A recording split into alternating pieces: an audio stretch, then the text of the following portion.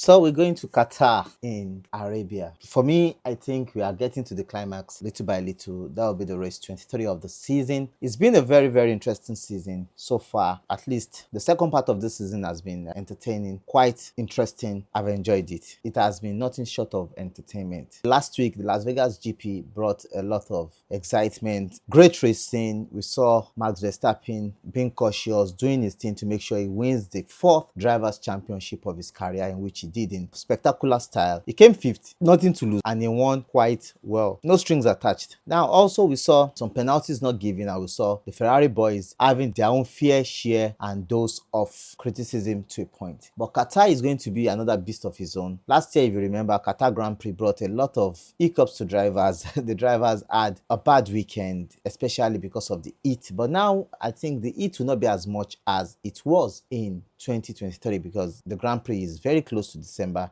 Then it was early in November, but now late in November. So I think it should be a different race. But also the heat will still play its role. I said then last year there should be water channels, as in water ponds around the track that would really put some negative effect on the heat effect on the cars. Because if there is water around the track, it will reduce the heat on the track. And also during the sunny day, the water will attract the heat, cool it down. And at night, there will be less heat. It's going to be a night race, and it is also going to be the last sprint race of the season. Sprint race, which means only one practice. Then we move straight into the sprint qualifying on Friday. Then moving on straight to Saturday, we are going to have a sprint race, then the main race qualifying, and on Sunday we are going to have the main full race. If we look at the track record of Qatar, the main Qatar race started in 2021. It was meant to be on the calendar in 2020, but due to COVID-19, so we had the first race in 2021 with the championship heat between Lewis Hamilton and Max Verstappen. Lewis Hamilton won the race comfortably. He won the race, started good, he blistered it all through, and he came winning. While in 2022 there was no race because of the World Cup in Qatar, and in 2023 they had a 10-year deal with Formula One that will elapse in 2032 or 2033. And in 2023 we had a race in which Max Verstappen comfortably won the race, though he had some little hold up all through the race, but he won the race comfortably. And the sprint race was won by Oscar Piastri, in which Oscar Piastri started on pole and he won the sprint race on pole. That was the first sprint race in Qatar, and since that time they said the race should be a night race because it's more beautiful and we see the beauty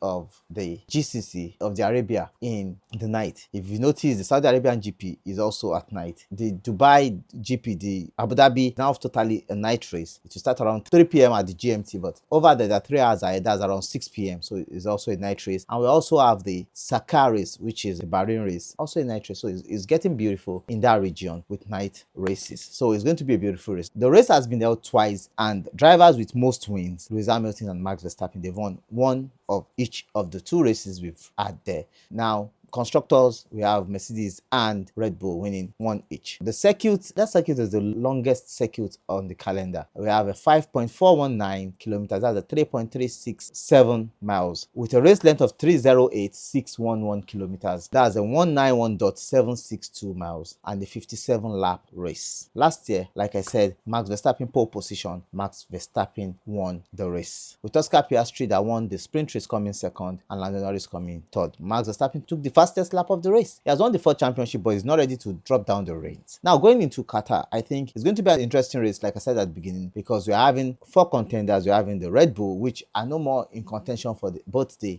Drivers' Championship, in which Max Verstappen had won, and also they're not in contention for the Constructors' Championship, in which they've lost to McLaren or Ferrari. Now, certainly, this race would not give us the Constructors' Championship. I believe it will go down to the wire, that's in Abu Dhabi, upper week, before we get the Constructors' Championship. But who will win this race? If you look at how these teams have squared up and have done their decent job, I believe if Mercedes can come up with the same, we don't know how the car is performing this week, but the car is performing very well, then there might be chances for them to win the Qatar Grand Prix. But the Ferraris are fast on the straight. They are very, very fast, and they are looking tasty. I think the Ferraris are also in for it. The McLaren, they lost their pace, they lost everything. They don't even know how to run in Las Vegas. Will they be able to come back or bounce back in Qatar? It's also a good place for them. Last year, we can see how they really performed. The Mercedes performed very well. The McLaren performed very well. Though the Mercedes took themselves out on the first corner with Lewis Hamilton trying to overtake both George Russell and Max Verstappen, but he ran into his teammate and he took himself out. But his teammate was able to complete the race and he did very well. His teammate ended in great points. We can see the pace of the Mercedes. Will they be able to replicate the same thing in Qatar this weekend? Let's see how they are able to do that. But certainly the McLaren will have pace. Ferrari have not been good in Qatar. If you look at them in 2021 and also in 2023, they've not had good pace in Qatar. Will they be able to replicate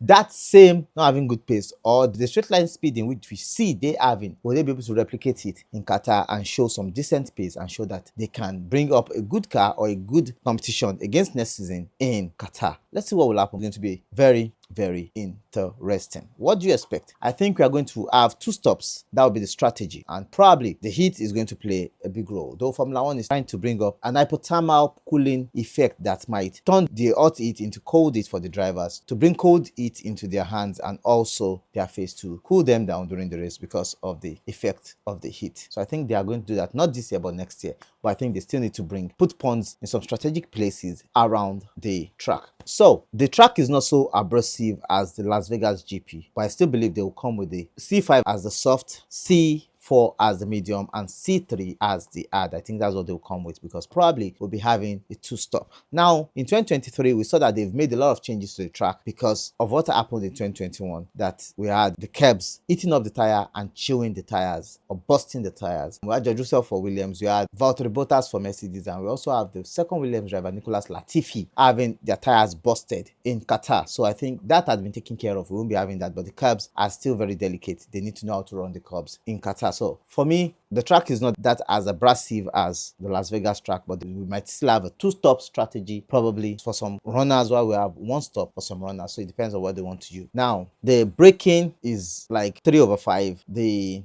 straight line speed, it has less slow corners, so they are almost fast corners, except turn 6 that has the lowest speed corner on the track. Aside from that, it's going to be fast flowing corners. So these drivers might take themselves out, in which I think they should not, because this is a penultimate race of the season. We need to see some good and decent race. But what do I expect? I don't expect Max Verstappen to come out bullying. He has nothing to lose, but he still wants to win, possibly. But I think the best thing he can do for the remaining of the season is to be in distant places to accumulate great points to boost up his career. Certainly, I still see it as a race of Mercedes McLaren because of the last performance they've given us in Las Vegas, and we can see how possibly Mercedes could come up if they can learn from what they were able to do in Las Vegas. Now, how will this shape up the championship? If McLaren wins, probably if they win the sprint and both the race, they might take the World Constructors Championship. But if they don't, I still believe the race will go down to the wire. That is in Dubai. But those 2 teams are, I believe, the team to beat in the race in Qatar. Now, 2021, how did the race pan out? We had Lewis Hamilton on pole, Max Verstappen second, and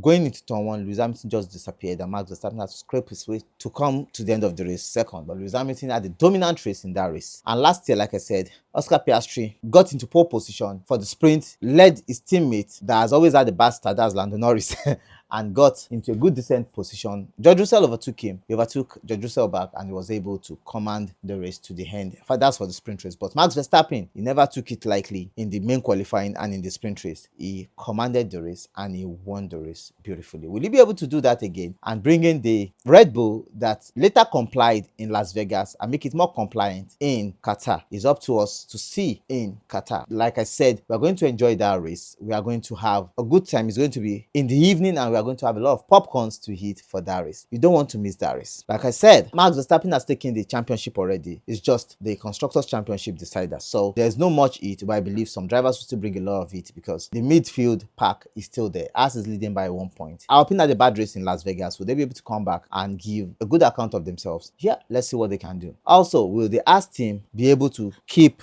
the pressure on like they did in Las Vegas? We'll wait and see. Will VCAB rejuvenate themselves, rejuvenate their energy and come back and say, no, we are still here? What will happen to Williams with all the commotions, with all the accidents and everything they seem to suffer and suffering the mechanical problem in Las Vegas? Will they be able to bounce back and still tell the midfield teams that yes, they still have hope? What will happen to Sauber that has not taken any point this season? Will they still be coming to be a passenger in the bus of F1. It's left for them to decide. But I think next year, there's still no hope for them because a new team is taking over. They need to watch and watch because they're still watching. I'm wondering if it's a film that they are watching. But let's see what they can do. Let's catch up for FP1 and the sprint qualifying in Qatar this weekend. I love you guys. Please keep liking, subscribe, share, and keep watching over and over again. I love you guys. Bye. Cheers.